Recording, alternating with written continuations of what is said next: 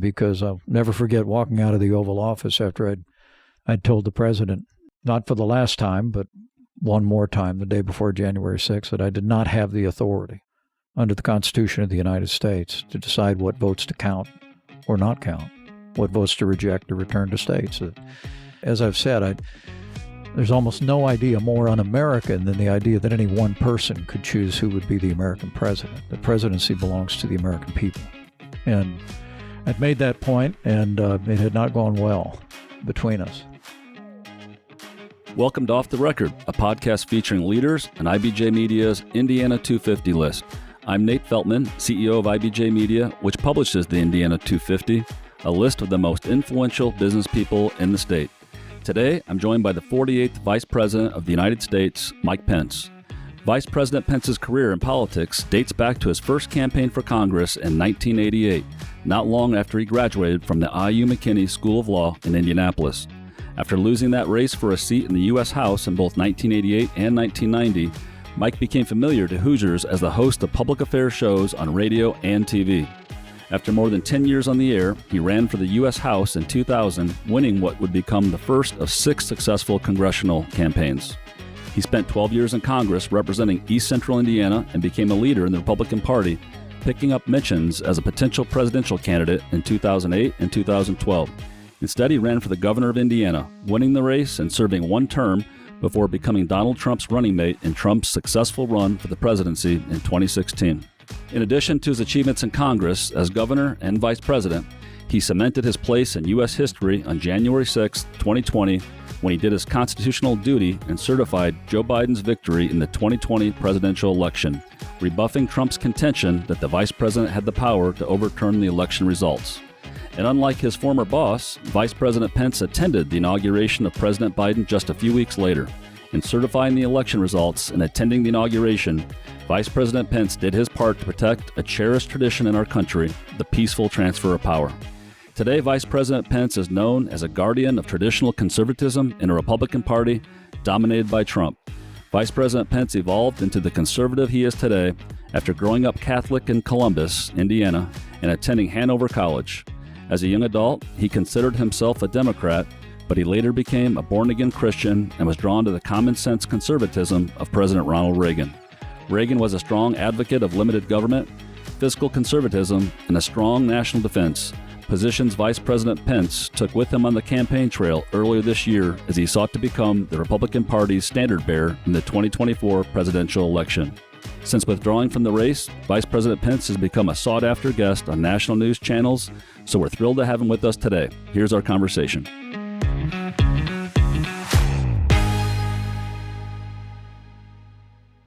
Mr. Vice President, welcome to Off the Record Podcast. Thank you so much for being with us here today.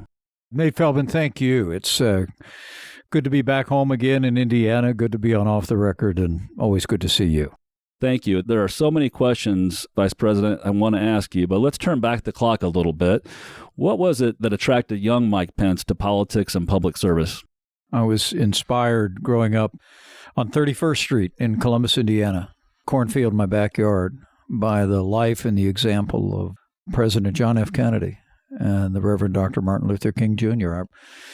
I had a memory box that has somehow survived to my 65th year when I was a little boy, and I saved newspaper clippings. And President Kennedy was taken from us when I was still very young, but his words, his example, fired my imagination, as did Dr. King's. And so it's what drew me to the Democratic Party. In my high school years in Bartholomew County, I was a youth Democrat Party coordinator, Nate, and kind of a community organizer as a high school student. But as you generously described, when I started to listen to the ideals and the voice of that Midwesterner who became the governor of California before he became the 40th president, I joined the Reagan Revolution and never looked back. But I to this day, am grateful for the courage and the example, the eloquence and the vision of those heroes of my youth. Did your family talk about politics at the kitchen table, a dinner table, or how did you become so intrigued in what you just described, following JFK and Martin Luther King? Was it something in school, or was it a family member that maybe sparked that interest, or what was it? Well, being here at the IBJ, I can tell you I was raised by a businessman. My dad was in the gas station business.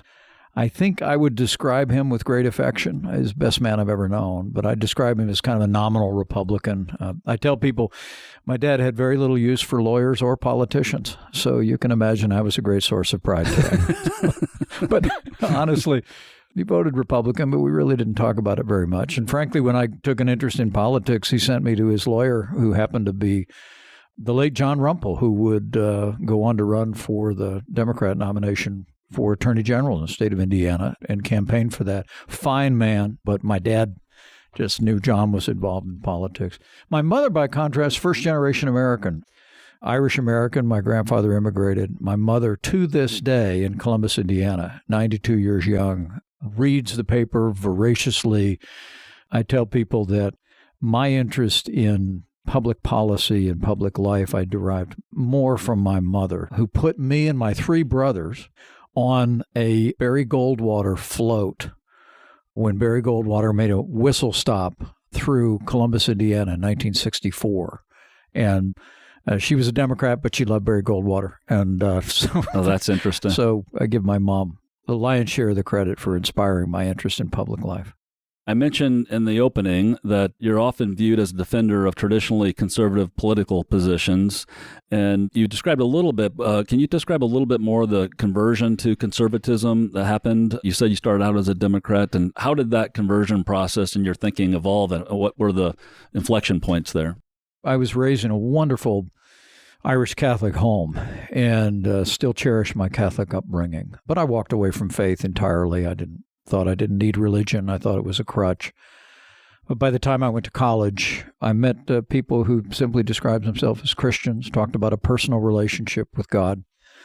And in the spring of 1978, I made a decision to put my faith in Jesus Christ. And in that decision, I began to sort through my associations in politics, and particularly on the subject of the sanctity of life. I was no longer comfortable being a part of the party that endorsed abortion on demand. But that wasn't the reason I changed parties. I mean, candidly, it was President Reagan's strong stand on the right to life, but also his strong stand on our national defense, on American leadership in the world, and a vigorous belief in limited government, fiscal responsibility, that the combination of those things caused me in my college years. I tell people sometimes that I was a Democrat early on, that I actually voted for Carter, and Republicans generously say, well, everybody voted for Carter in 76. And I say, no, I voted for him in 80. I really did. So the conversion happened a little later. Yeah, I told President Carter, and we wish him well. I know he's in his waning final days, but a good man, loves his country and served it with integrity. But I told him once, I said, Mr. President, I hope it doesn't offend you, but not only I have great respect for you, but I actually voted for you. And his eyes got really wide. We were both giving speeches at Notre Dame a long time ago, and it was a joy. But for me, there certainly was, at the core, there was a certain profoundly held moral convictions, but it was a much broader view than that. I heard in Ronald Reagan, Nate, the values I was really raised to believe in, which I think are just Republican ideas. I think they're Midwestern values. My dad was a combat veteran. My grandfather got off a boat from Ireland to Ellis Island. And when I heard Reagan talking about that city on a hill, talking about America being the inspiration of the world, about being the arsenal of democracy, about the American dream should be available for every American, that sounded like how I was raised in South Central Indiana, and that's what brought me to the Republican Party. Are there other influences outside of Reagan that you say were really instrumental in your thinking and how you thought about how you would lead? After I joined the Republican Party, I ran for Congress. I think you were too young to remember it, but I think I met you along the way decades ago when I first ran. And I was drawn to conservative thought, but I hadn't studied it at any great extent. I took a degree in American history when I was in college, but I had the opportunity, after a few failed runs for Congress, to meet a political philosopher by the name of Russell Kirk, who came to Indiana on a book tour. We spent time together. I remember a long breakfast we had at the Holiday Inn in Columbus, Indiana in 1991. It would be about a year before he passed away. But it was Russell Kirk who really launched the modern conservative movement. He wrote a book in the 1950s that inspired William F. Buckley to start National Review. And in many respects, the modern conservative movement was minted by Russell Kirk. And so I continued to be in touch with his widow, Annette. We've spoken at the Kirk Center, and his writings have had a profound impact on my view. His most often repeated line was, "Politics is the art of the possible." The conservative is not an ideologue. The conservative brings a set of ideals and principles, but then looks for ways that you can actually advance those principles, which ultimately requires you to listen to all sides and find a way forward. I want to turn a little bit to more current events, and I know you're a student of history. I'm curious in just your general thoughts. We're in an interesting situation in our country today, and I don't know if we've ever been in one quite like it. We have a president currently who many would argue that is incapacitated in some form or fashion, but is bound and determined to run for re-election, at least as of today. And we just had an assassination attempt on President Trump. We find ourselves just in extraordinary dangerous times. How should Hoosiers make sense of all that is happening right now?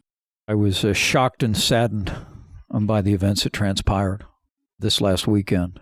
Karen and I just landed back in Indiana from a trip out west and got a text from a friend that alerted me that there'd been a shooting. We immediately prayed, Nate. I didn't know what the president's condition was, and urged people around the country to pray for the president. I'm relieved that he was safe, but we're saddened at the courageous firefighter who lost his life and those that were injured. Just should never have happened in this country, and we continue to reel from that. Having lived in that world for 4 years, it's almost inconceivable that the circumstances that happened were able to unfold. And obviously, I ran for the Republican nomination because I want to see our country take a different direction. I think Joe Biden has failed this country and weakened America at home and abroad.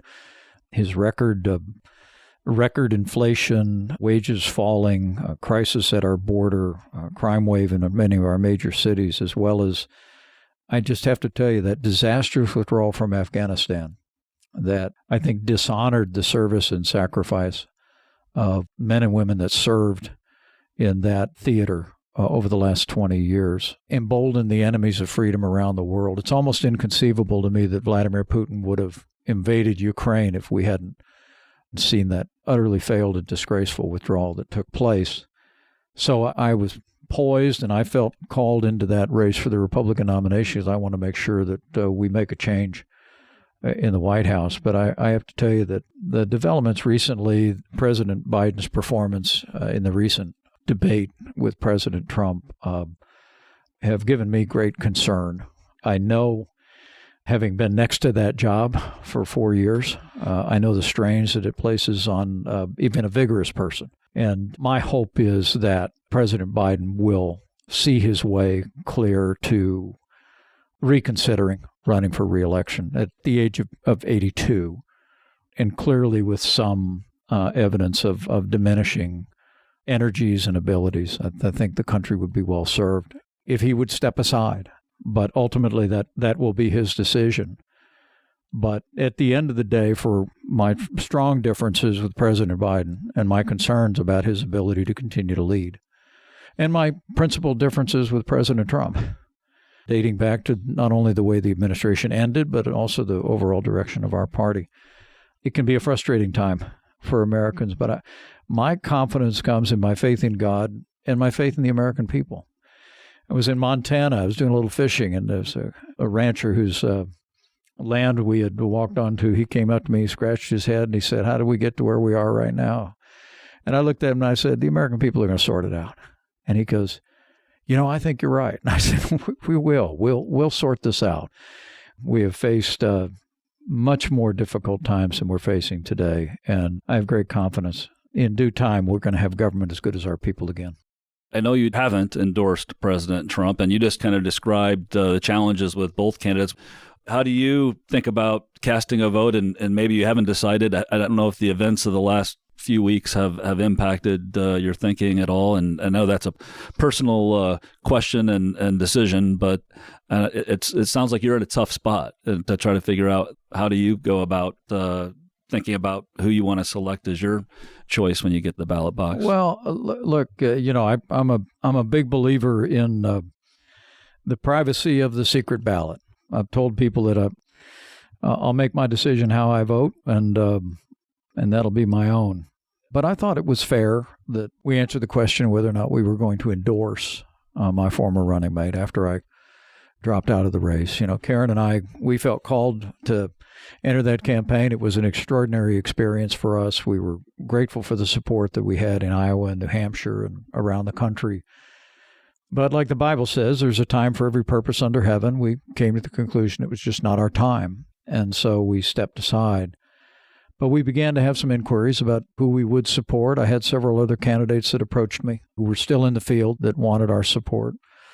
With a few exceptions, I'd known most of them for many years and have good relationships with all of them.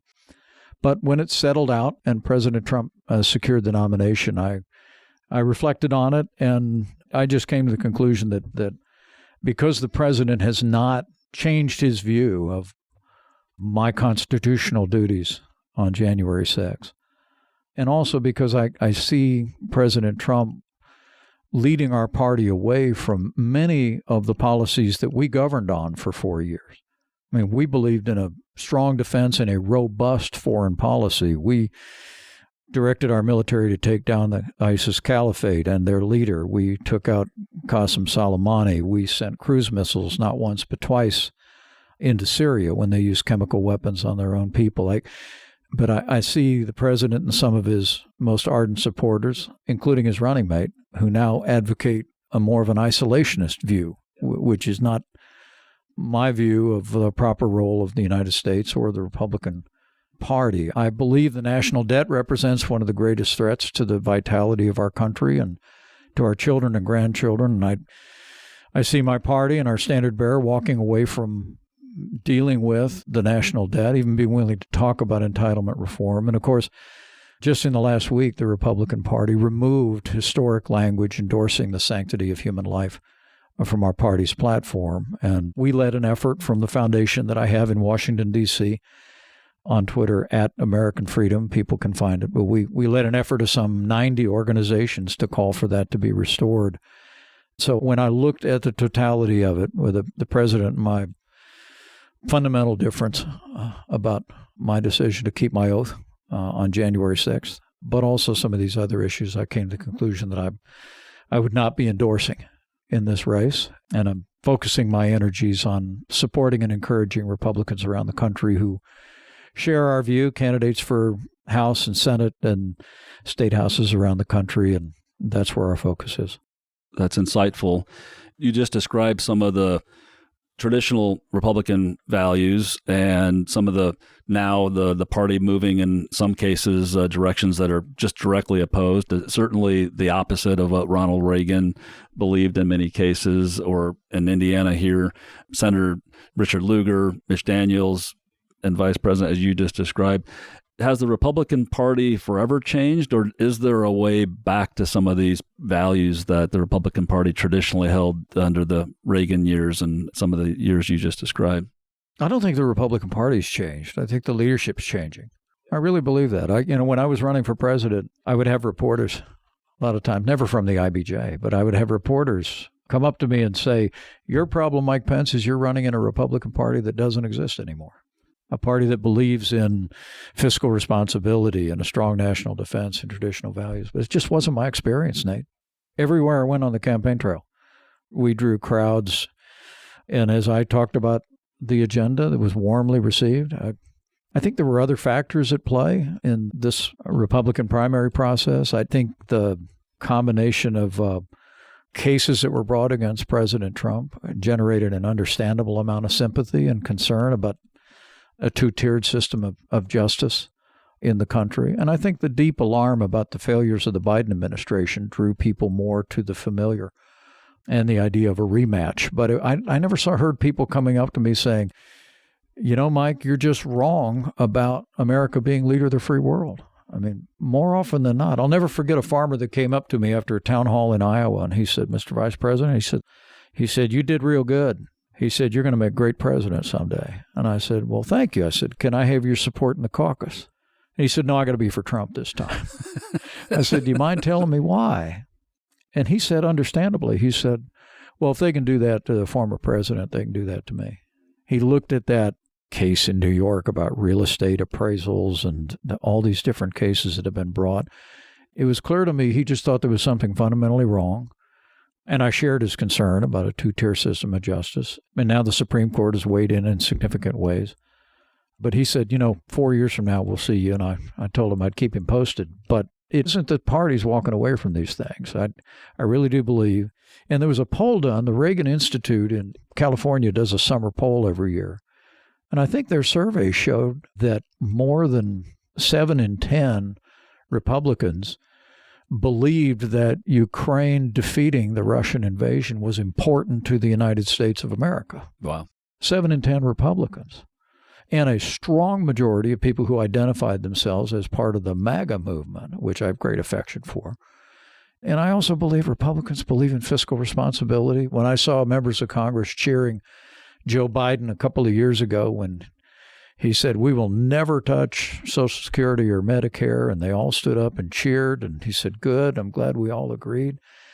I just kept thinking in my mind about my new granddaughter, little Avery Grace, and thinking, I'm not going to do that to her. When she comes of age and sees this mountain range of debt, I want her to know that her old granddad, in his time, tried to do something about it. I wasn't willing just to leave that check on the table for her. Let's take a quick break. This is Off the Record Podcast.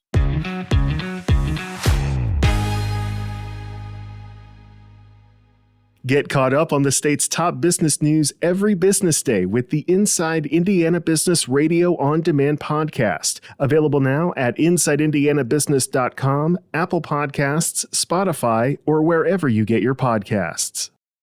Welcome back to Off the Record Podcast. I'm Nate Feltman, CEO of IBJ Media, and I'm talking with Vice President Mike Pence. I want to talk a little bit about your time as Vice President.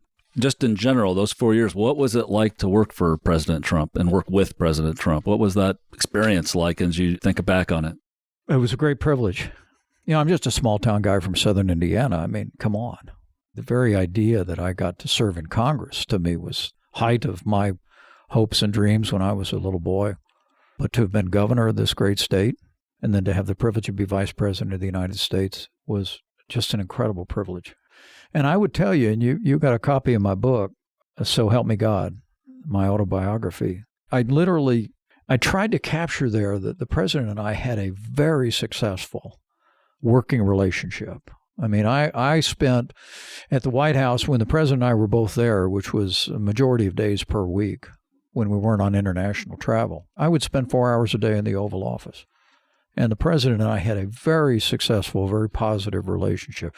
Nate, it would be hard for you to believe because the president's got a strong personality. We never had a crossword between us before the first week of January 2021. Never.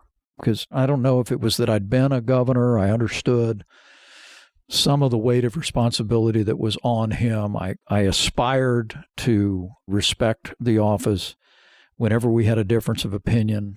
He knew that he would hear that from me straight, but it would be in private. And for me, the ability to have been involved in policy at home and abroad, to travel across the country, to travel across the world representing the United States was extraordinary. In fact, I mentioned the book.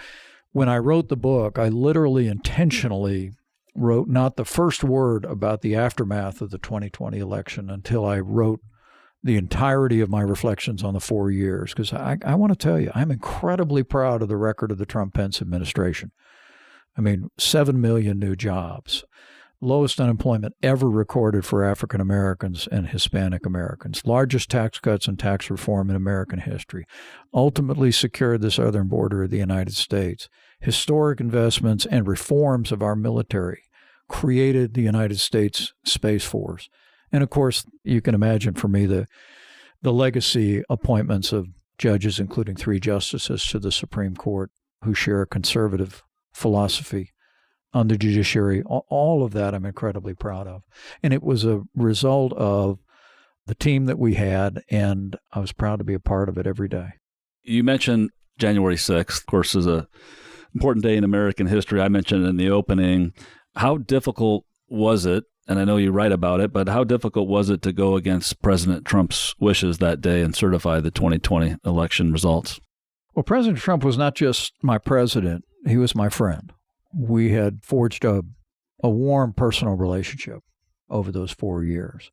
But in the early days of December, when I thought properly the irregularities in the election were all being reviewed by courts around the country, there emerged this theory that on the internet that somehow, as vice president in my role as the presiding officer of a joint session of Congress that counted electoral votes, that I had the authority to reject votes by states or to return votes to states. I knew at first blush that it could not have been possible. I mean, as I said, I took a degree in American history, but I focused on the American founding, and I've taken a great interest in the Constitution throughout my adult life. And the founders of this country signed a Declaration of Independence from a king, right? So the very idea that they would have vested unilateral authority in anyone to decide who would be president of the United States was antithetical to the American founding, and I just rejected it out of hand. And the president and I talked from time to time. He would bring it up again and say, some people are saying this. And I said, well, I don't believe that's true. He asked me to talk to some of the outside lawyers that were advising him. I said, I'll be happy to have our team talk to anybody, but I'm telling you, I don't believe I have this authority. As I said, it would be just a couple of days before January 6th that I still hoped he was going to come around, Nate. I write about it in great detail in my book. Your listeners could grab a copy of it or listen to that audio version, because I really tried to capture those days. I'll never forget, I had done a rally in Georgia for the special elections just a couple days before January 6th. And there were objections that were going to be brought on the floor of the Congress. I was going to make sure that those objections were heard, any evidence was brought, and that Congress would have its say on accepting electoral votes as is provided for under the law. But I saw the president that night. I tuned into his rally in Georgia. And I'll never forget, he opened the rally and said something to the effect of, Mike Pence is going to have to come through for us. And the crowd cheered. And then he said, if he doesn't, I'm not going to like him so much. And then he caught himself. On camera, I'm watching live. He caught himself and he said, no, the one thing is Mike always plays it straight. And I remember I hollered at Karen. I was at the vice president's residence. And I hollered at Karen and I said, I think he's coming around. Because having worked with him for 4 years, I had seen the president on many occasions where he demanded everything. Right? And he would eventually take less. Right? And I knew that leadership style. And I just didn't know if he was just trying to press the thing as far as he could and say that this might be possible and just wanted to see how determined I was and fixed, in my opinion, and then he would relent. And I thought that was happening right before my eyes, but it was not to be. And the next day in the Oval Office on January 5th, we had a very tough conversation. And when people have thanked me over the last 3 years, Nate, I always respond the same way. I'd say God's grace, because I'll never forget walking out of the Oval Office after I'd told the president, not for the last time, but one more time the day before January 6th, that I did not have the authority under the Constitution of the United States to decide what votes to count or not count, what votes to reject or return to states. That my role was ceremonial, that I believe there were irregularities in the election, but the judgment about that belonged to the elected representatives of the American people, not to any one person. I mean, as I've said, there's almost no idea more un-American than the idea that any one person could choose who would be the American president. The presidency belongs to the American people. And I'd made that point, and it had not gone well between us. And I went back to my office down the hall from the Oval Office, and I remember I walked past my staff that were all interested in how the conversation is going, and I don't think I said a word to them, and I just closed the door. I sat at my desk. And in my office, I had put up a couple of portraits. One was Abraham Lincoln, of course, our boyhood home in Indiana, had him over the mantle. But then there was portraits of Thomas Jefferson and John Adams, former vice presidents, and Calvin Coolidge and Teddy Roosevelt, all of whom had the job I had at one point in time. And I just thought of that Bible verse that says we're surrounded by such a great cloud of witnesses. And I just prayed for the strength to do my duty. And by God's grace, I believe we did. Another thank you from me as well, and amazing story. I wanted to ask you what your proudest day as vice president. Would it be that day, or is there something else that you would tout as your proudest day? I'd been asked that question many times before, and I just have to tell you that standing on the platform on January 20th, 2017, my wife holding Ronald Reagan's Bible and one of our Bibles from home, surrounded by my son, who's an officer in the Marine Corps, my daughter, who's married to a Navy pilot, my youngest daughter that went to Yale Law School, and having my mother and my family in the backseat rows looking out at that National Mall. I don't know that there was a more humbling moment for me. And I kept thinking of my grandfather. I mentioned my grandfather immigrated from Ireland. Richard Michael Cawley is where Michael Richard Pence got his name. He and I were actually very close. He would pass away when I was 22 before he and I were able to travel to Ireland together. But we were very close. Friends more than grandson and grandfather. But I just kept thinking of Grandpa Cawley that day. Because the legend in our family is that my grandmother had walked him up the hill across from the little thatch roof house he grew up in with 8 brothers and sisters, and that she had told him that he had to go to America because she said there's a future there.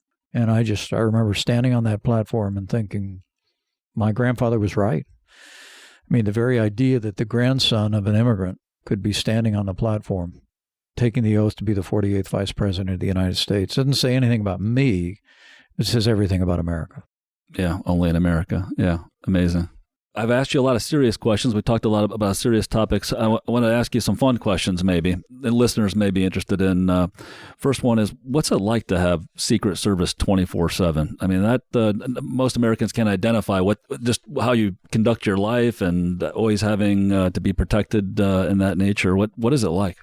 I had some experience because when I was governor, we had a security detail with us, and so it was less of an adjustment for us, I think, than for others. But it was at times very surreal. I mean, despite the clear failure that happened this weekend, for which the American people deserve answers. My experience with Secret Service was some of the finest men and women I'd ever had the privilege to be around in my life, consummate professionals. But I'll never forget the day that when you actually get the nomination at the convention, that's the day that you actually get your Secret Service protection. So formally, although former presidents and vice presidents have access to that as well, obviously. But I'll never forget that day in the summer of 2016 when the head of Secret Service sat down with me and Karen and said, "Welcome aboard. We're now in your life." And they had asked Karen what her code name was to be, and she said Hummingbird. They said, "Yours has to be the same letter of the alphabet for some reason." My son was ultimately Hawk. My daughter was Haven. So they said, what H word do you want to be known by? So I was Hoosier for 4 years, of course. Nice. Anyway, we walked out of the hotel to go give a speech that day. And I'll never forget, we walked into the back alley. This was the day that we were onboarded. And I remember I looked up and down the alley, and there must have been 20 cars. And I was thinking, we were getting into a vehicle, and I thought, how are we going to get our car out of here? I mean, you got to move these other cars out of the way. It's pretty crowded, a lot of traffic. And I looked at the Secret Service agent, and I said, "Are these all our cars?" And he said to me, "Welcome aboard, Governor." So it was all of that. And it never became normal for us. It was always a privilege. And as I said, despite the tragic events of recent days, the people we worked with were some of the finest people we've ever known. What's the coolest experience you had while serving as vice president? Maybe something you got to do, or somebody that you always wanted to meet that you hadn't. What would you describe as just something extraordinary that you didn't anticipate, or something that happened? One of the most moving experiences for me was around Easter 2017.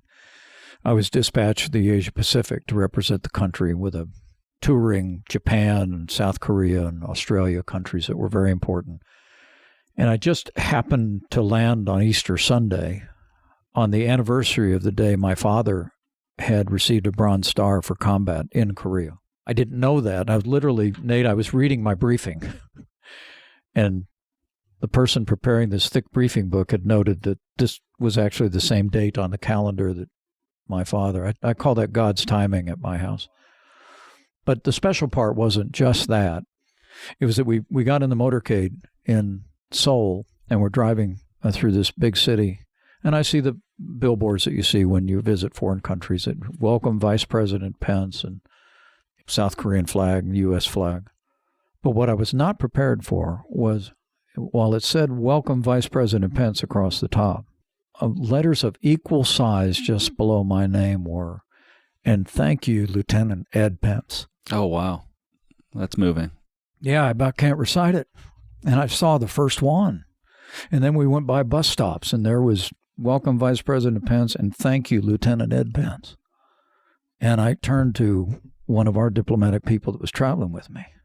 And my wife saw the emotion on my face. And he said, sir, you got to understand that for the South Koreans, having a vice president of the United States here is important.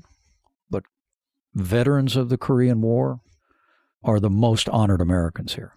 And he said, so we were not surprised they did this. This was never going to be a question that you're vice president, but your father served in combat here and won these people their freedom. And there's probably nowhere in the world where you can literally almost from outer space, you can see the difference between freedom and tyranny than on the Korean Peninsula.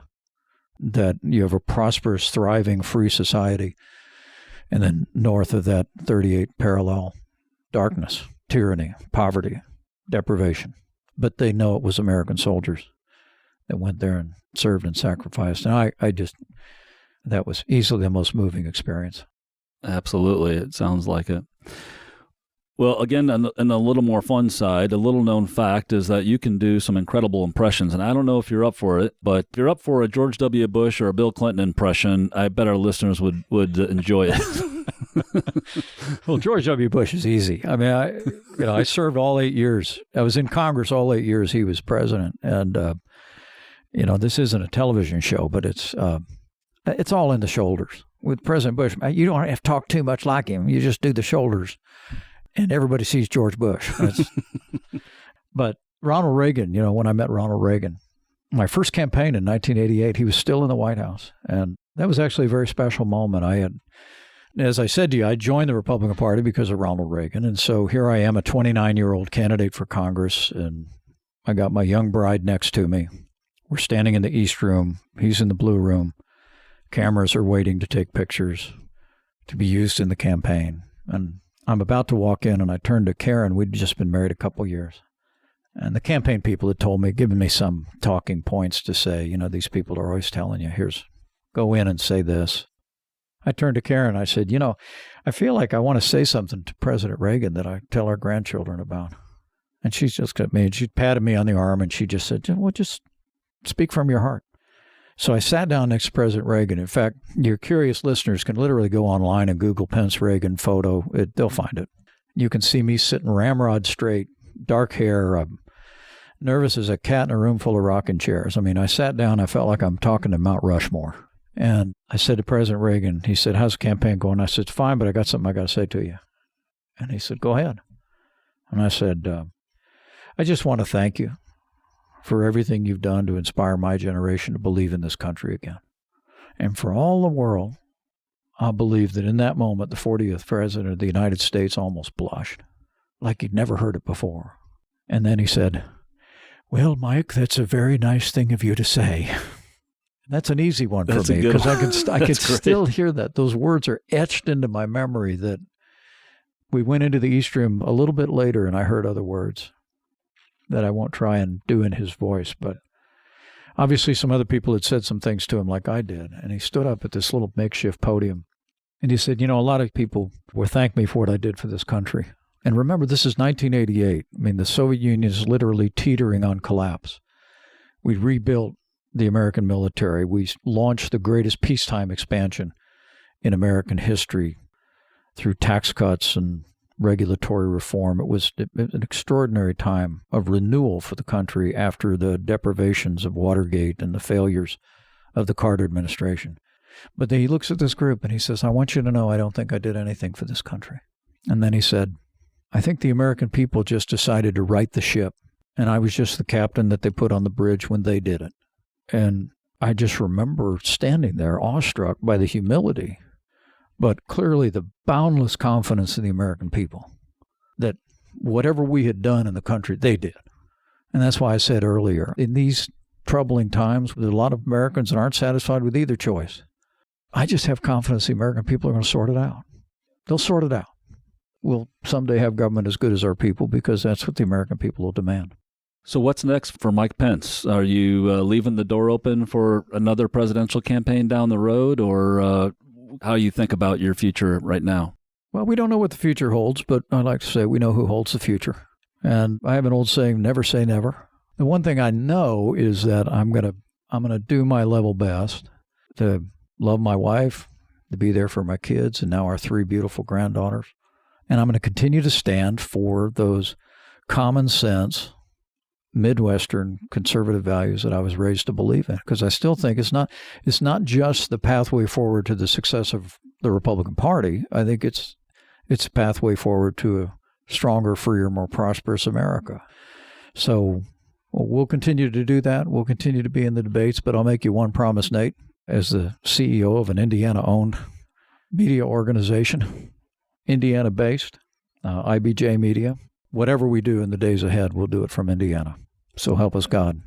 Vice President Pence, we've made it to off-the-record speed round where I ask all Indiana 250 podcast guests the same questions. And so I'll throw some at you and see if we can learn a little bit more at the end here. Your favorite movie? Wizard of Oz. Your favorite place to vacation? Montana. Your favorite musical artist? Boy, that's tough. I've got really broad taste in music. Everything from classical to rock and roll to country. I think if I got pressed to the wall, I'd probably have to say Garth Brooks. What's the first thing you do in the morning?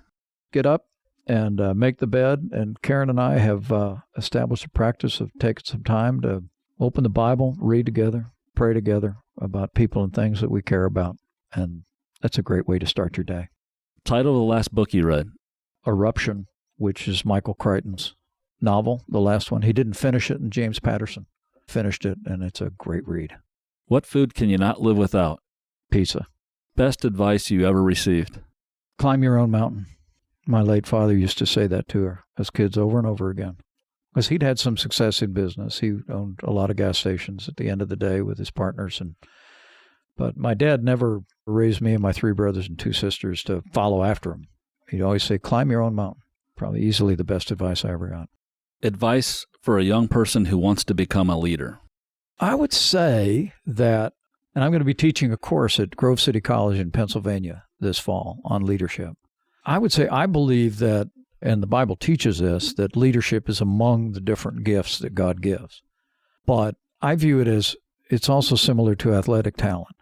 You can be born with natural athletic talent, but if you don't develop it, if you don't work to improve it, you'll never achieve the things that you could if you apply discipline to it, consistency. So I really believe that anyone that aspires to leadership should commit themselves to the study of leadership, to study men and women that they admire in leadership, to do what the Indiana 250 is a great list to start. That I always tell young people, if there's a leader, a man or woman out there that you admire as a leader, call their office and see if you could have a cup of coffee and just sit down and talk to them. I was actually turned out to be one of the people on the Indiana 250 just this week.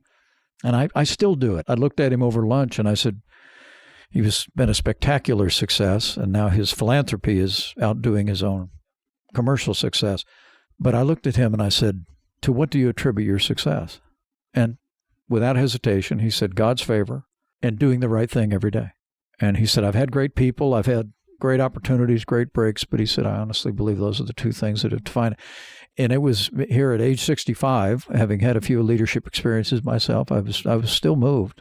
So I would say to anybody aspiring to leadership is if you've got that quality, you've got that calling in your life, is develop it, invest in it. Because anything else Indiana needs right now and America needs right now are men and women who will step forward as leaders in every area of life.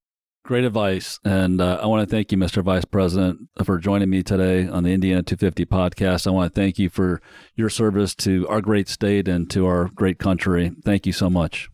Nate, thank you. Really great being on Off the Record, and congratulations again on your season of leadership here at IBJ Media. We wish you every continued success.